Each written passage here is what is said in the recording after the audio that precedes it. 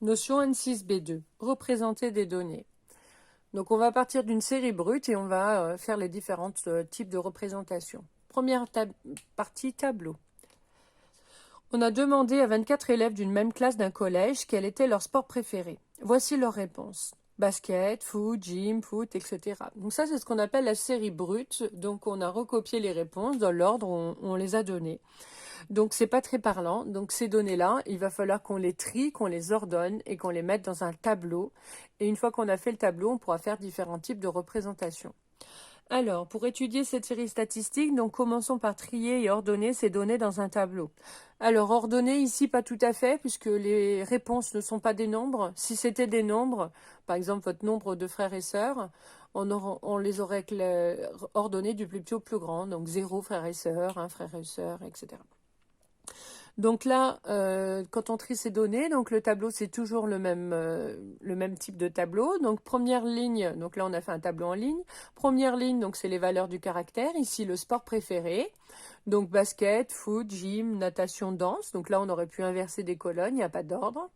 Deuxième ligne, les effectifs. Donc ça veut dire le nombre de réponses qui ont été données dans les différentes catégories. Donc pour pouvoir répondre à pour pouvoir trier les valeurs et les mettre dans le tableau, il ne faut pas s'y prendre n'importe comment. Donc là, il n'y a que 24 valeurs. Donc peu importe comment vous y prenez, 24 valeurs, c'est pas une série qui a beaucoup de valeurs, donc c'est quand même abordable. Par contre, je pourrais très bien vous faire trier 100 données qui sont des nombres. Donc si vous n'y prenez pas de la bonne manière, vous risquez de faire beaucoup d'erreurs. Des erreurs d'étourderie ou des erreurs de méthode. Donc il ne faut pas s'y prendre de n'importe comment. Alors le réflexe que vous avez, vous, quand vous voulez trier des valeurs, c'est de les barrer. Surtout pas. Il ne faut pas barrer les valeurs. Pour deux raisons. Un, si vous barrez beaucoup, parfois on n'arrive plus à relire ce qu'il y avait dessous. Donc si on se trompe, on ne peut plus se corriger. Deuxièmement, si vous barrez pas assez, votre cerveau va quand même relire la valeur. Le but, en fait, de cette méthode, c'est de simplifier la vie de votre cerveau pour on va faire en fait un balayage de toute la série. On va compter, on va commencer par présenter le basket. On va compter combien il y a de baskets. Et ce qui veut dire que quand on va compter tous les mots qui sont foot, votre cerveau, il faut lui montrer qu'il n'a plus besoin de compter les baskets. Si vous barrez juste avec un petit trait, c'est pas assez performant pour qu'il voit bien que le mot a déjà été compté. Donc il faut l'entourer. Donc j'entoure le mot basket. Mais je me contente pas de l'entourer. Il faut que je l'entoure et que je le compte au fur et à mesure dans ma tête. Je compte tous les baskets. Donc 1, 2, 3, 4. Et je mets 4. Maintenant, je refais un balayage, je vais compter les foot. Et donc ce mot, il va plus le lire, votre cerveau. Parce qu'il le voit bien, ça a été entouré. Il est 1, 2, 3, 4, 5, 6, 7, 8, 9, 10. Plus vous allez avoir trié de données, moins vous avez de mots que votre cerveau va lire, parce qu'on voit bien la différence entre les mots entourés et les mots qui ne sont pas entourés. Et donc votre cerveau, il va lire que ceux qui ne sont pas entourés. Donc il va aller de plus en plus vite. Gym, 1, 2, 3, 4, 5. Natation, 1, 2. Danse, 1, 2, 3. Total, donc ça s'appelle l'effectif total. Je compte. 10 et 4, 14, plus 5, 19. Et 3 plus 2, 5. 19 plus 5, ça fait bien 24. Alors, c'était écrit dans l'énoncé qu'il y avait 24 élèves. Je dois trouver 24 réponses. Si je ne trouve pas 24 réponses, c'est là que j'ai dû en oublier ou en compter 2 fois. Si quand vous avez trié, vous voyez qu'il y a des nombres ou des mots qui n'ont pas été entourés, vous les recorrigez votre colonne. Alors, une fois qu'on a trié nos valeurs, on va représenter ces mêmes valeurs dans différents types de diagrammes. Donc, on passe à la deuxième partie, les graphiques. Premier diagramme, le diagramme en bâton. On place les valeurs du caractère ici. Le sport préféré sur l'axe des abscisses. On a vu que dans le diagramme en bâton, il fallait bien faire attention. Ce qui est important, les valeurs du caractère, c'est toujours sur l'axe horizontal. Ici, il n'y a pas de flèche au bout, parce que ce ne sont pas des nombres, c'est pas orienté. Les effectifs sur l'axe des ordonnées, par contre là, vous voyez qu'il y a une flèche, parce que c'est du plus petit au plus grand. Et on va faire des bâtons. Rappel, dans un diagramme en bâton, la hauteur de chaque bâton est proportionnelle à son effectif correspondant. Alors, attention, vous voyez qu'il y a une petite marque faite pour basket, parce qu'il faut que vos bâtons soient espacés du même nombre de centimètres ou de carreaux. Le bâton, c'est un rectangle, il doit être centré sur le petit trait. Centré, ça veut dire qu'il ne doit pas être à droite, il ne doit pas être à gauche, mais il doit y avoir un petit trait à gauche, un petit trait à droite. Alors, je vais faire le premier bâton. Basket, c'est hauteur 4. Donc voilà, un petit trait à gauche, un petit trait à droite. Et je fais mon rectangle. Alors, je n'ai pas besoin de le colorier. Hein. Il y en a qui prennent du temps de colorier, hein, peu importe. On s'arrête à 4. Foot, 10. Donc, je repère le 10. Voilà, je mets ma règle. Un petit trait à gauche, un petit trait à droite. Hein, je fais qu'un stylo qui s'efface, il bave un peu. Vous, je vous conseille de le faire au critérium. Comme ça, si vous trompez, vous pouvez recommencer. Natation 2.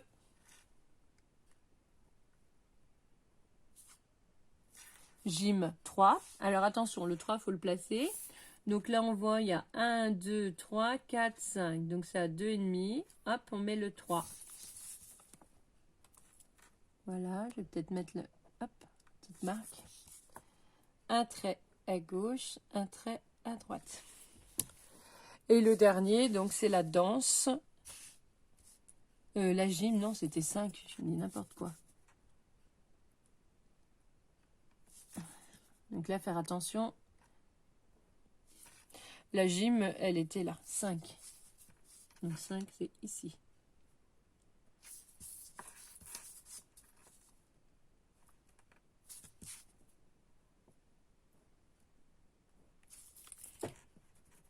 Voilà, ça se corrige facilement.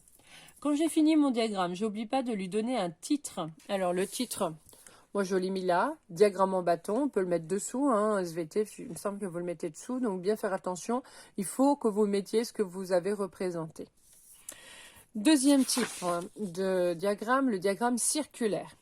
L'effectif total 24 doit être représenté par le diagramme circulaire entier, ça veut dire 360 degrés. Alors, je vous rappelle, hein, voilà, votre diagramme, votre rapporteur, on part du 0, quand on fait le tour, là on a 350, et donc après on a bien 360. Les mesures des angles étant proportionnelles aux effectifs, proportionnel, c'est un tableau de proportionnalité. Donc, ce qui est important, en fait, c'est bien de rajouter la colonne totale avec le 24 pour trouver le rapport avec les deux.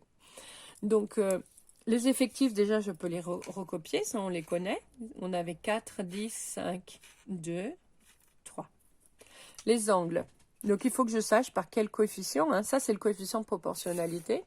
Donc, c'est le coefficient qui me permet de passer à la première et à la deuxième ligne en faisant une multiplication.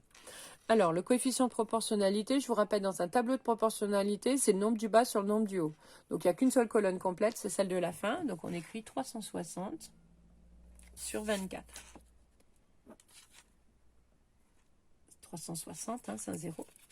Alors, ici, voilà. Si on veut vraiment faire du calcul à la main, il faudrait décomposer en utilisant les tables. Donc, j'ai 36 et 24 qui sont tous les deux dans la table de 6. 24, c'est 6 fois 4. 36, c'est 6 fois 6.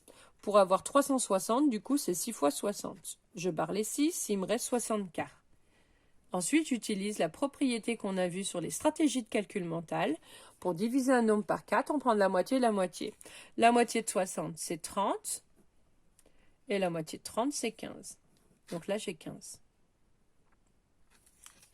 J'ai trouvé mon coefficient de proportionnalité. Maintenant, je complète. Alors, je complète, bien sûr, le tableau en vert. 3 fois 15, ça fait 45. 2 fois 15, ça fait 30. 10 fois 15, je rajoute un 0, ça fait 150. 4 fois 15, c'est le double de lui. Hein. De 2 pour la 4, on fait x2. Donc là, je fais le double, 60. Pour avoir 5, je fais 2 plus 3. Donc 30 plus 45. Ça fait 75. Voilà. Donc là, le tableau est complet. Je n'ai plus qu'à construire. Donc, je vais prendre mon rapporteur. Alors, je vais le dessiner au critérium pour éviter que ça bave trop. Alors là, je l'ai fait tout petit, hein, parce qu'il fallait que ça rentre sur la page. Donc, pour faire un diagramme circulaire, donc on fait un disque, donc on repère bien le centre, et on dessine un rayon.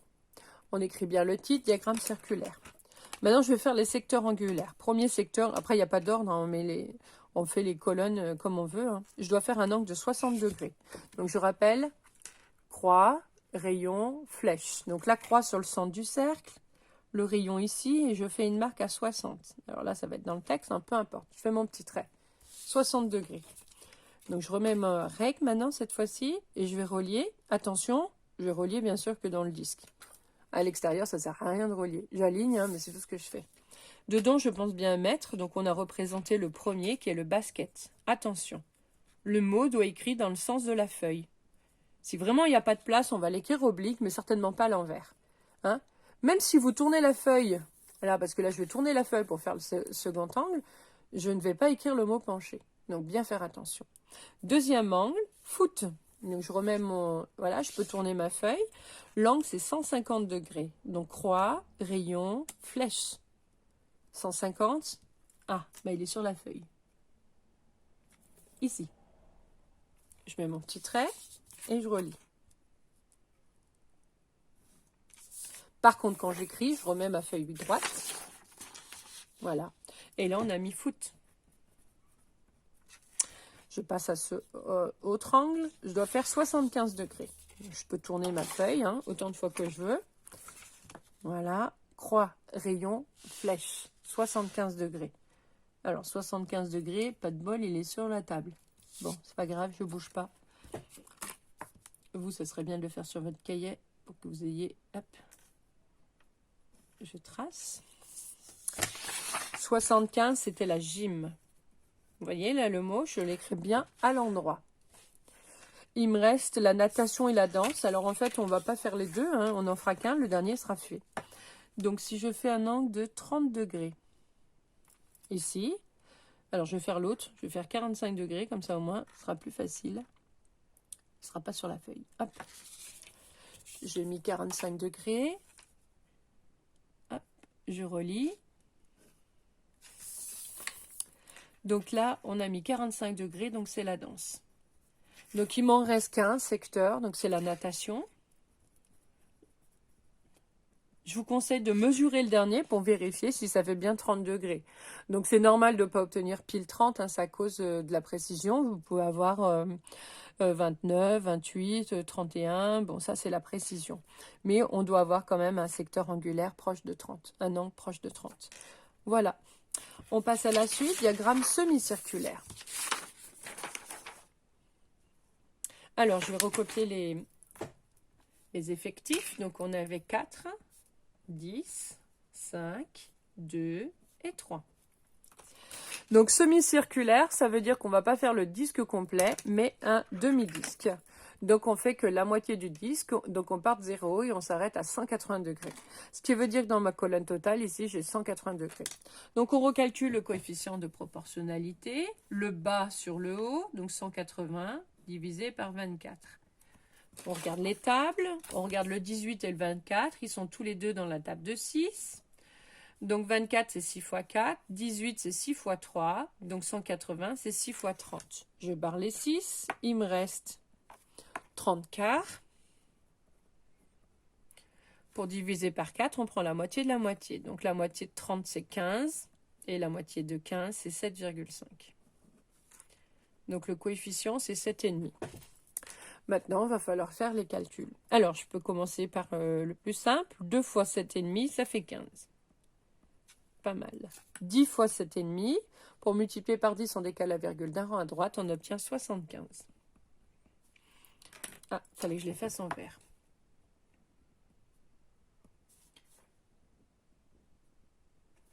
Alors, après, je vais compléter la colonne 4. Pour aller de 2 à 4, on fait x2. Donc, en bas, je fais x2. Je vais obtenir 30. Ensuite, pour avoir 3, on peut le faire à la main. Hein. On y va. 3 fois 5, 15. J'écris 5 et je retiens 1. 3 fois 7, 21 et 1, 22. À la fin, je place la virgule. Un chiffre après la virgule, 0 chiffre, donc un chiffre. 22,5.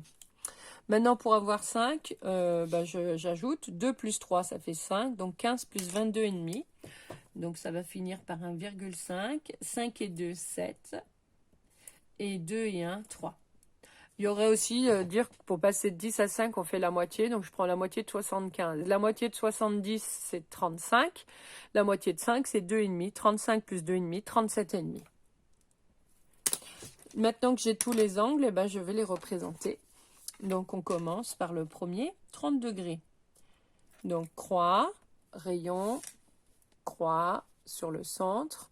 Le rayon, alors ici c'est déjà tracé, on commence par la droite ou la gauche, on aurait pu faire pareil. Moi je vais commencer par la droite parce que comme ça les flèches sont dans le bon sens. Donc premier angle, 30. Hop, je mets mon petit trait et je trace.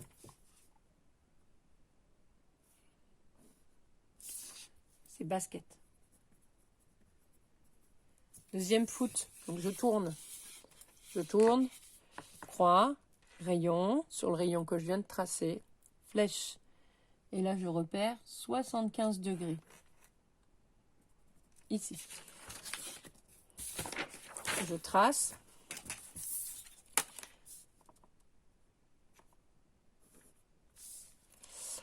Ça, c'est le foot. Ensuite, 37,5. Donc, je tourne. Alors, il n'y a pas de nombre à virgule sur votre rapporteur circulaire. Pour faire 37,5, on repère le 37, le 38 et on met entre les deux. Voilà. Donc, je repère le 37 et le 38. Alors, ça, c'est 35, 36, 37. Le 38, il est là. Donc, 37,5, je mets ma graduation entre.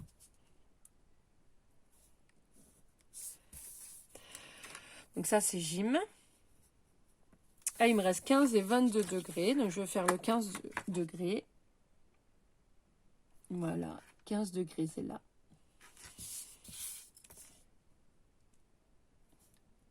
Je peux vérifier le dernier secteur, que ça fasse bien 22,5. Donc là, on a natation. Alors là, vous voyez, je le mets oblique, parce que il faut que ça rentre. Et la danse, par contre, ça rentre. J'oublie pas mon titre, diagramme semi-circulaire. Interprétation. Donc si je regarde bien, si je veux regarder le sport préféré, c'est plus commode de regarder sur le diagramme en bâton et regarder le diagramme le plus haut. Le bâton le plus haut. Par contre, on voit la répartition. Donc là, diagramme bâton, on voit le bâton le plus haut. Par contre, quand je regarde le diagramme circulaire, ici, on voit que, on voit que foot, c'est plus petit que la moitié de la classe. Voilà. Donc ça, c'est la moitié, 180. Donc là, on voit que foot, c'est un petit peu moins que la moitié. Ici, on le voit parce que c'est la moitié d'un diagramme semi-circulaire, ça serait 90 degrés. Là, il n'y a pas d'angle droit. Donc ça, on ne peut pas le voir avec les bâtons. C'est plus difficile de voir que celui-là, il est à peu près, il est un peu moins que la moitié de tous les autres. Ça se voit mieux sur les diagrammes circulaires, semi-circulaires. Le dernier, le graphique cartésien. Donc, on s'intéresse à la taille de Maxence en fonction de son âge. Voici les données relevées dans son carnet de santé. Donc, ça, c'est ce qui est marqué dans le carnet de santé. On place sur l'axe des abscisses. Donc là, c'est un diagramme, un graphique cartésien. Donc, c'est une évolution. Donc, la taille, elle varie. Donc, ce qui varie, que je maîtrise, c'est l'âge.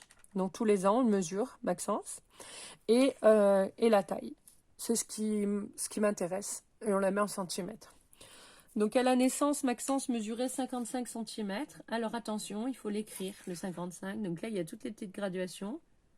S'il n'est pas écrit, la valeur, il faut l'écrire. Donc, c'est la première croix à la naissance. À 1 an, il mesurait 70 cm. Donc, on met une autre croix en face du 70. 2 ans, il mesurait 95 cm. Donc, je repère où est le 95.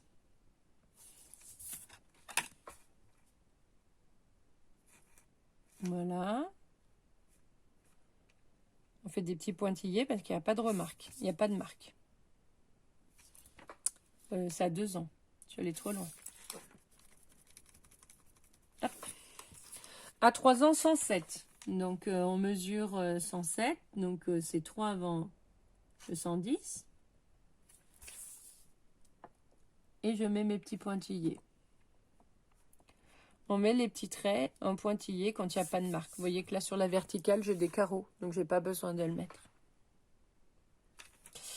À 4 rangs, 113.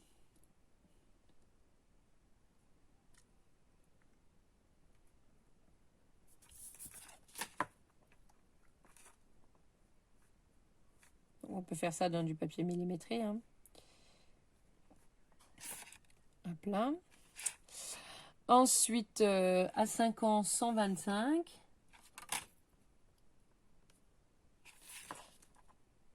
Donc, ce qui est important de bien retenir, c'est que les valeurs du tableau doivent figurer sur votre diagramme. Donc, il faut rajouter les valeurs qui n'y sont pas, hein, comme je viens de mettre. Ensuite, à 6 ans, 132. Il faudrait que je refasse le graphique, puisque Maxence n'a plus 8 ans. Elle en a 10. Je ne suis pas allée assez loin. Maxence, c'est mon fils. Hop. Et 7 ans, 141.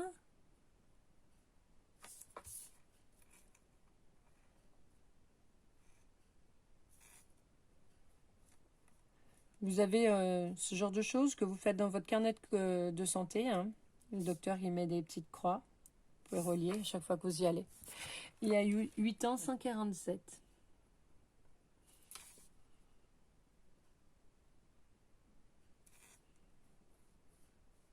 Donc là, je me rends compte que le titre, il est pas là où il faut. Hop là. Une fois que j'ai mis tous mes petites croix, donc c'est pas fini, il faut que je pense à les relier. À la règle, attention, ce n'est pas, c'est un graphique cartésien, hein. C'est pas une vraie courbe, comme pour les fonctions que vous étudierez en 3e. Là, ce sont des segments de droite qu'on fait. J'oublie pas le titre, graphique cartésien. Donc, l'âge, ce que je maîtrise qui varie, c'est l'âge, et ce que j'étudie sur l'acte des ordonnées. Voilà, la notion est terminée.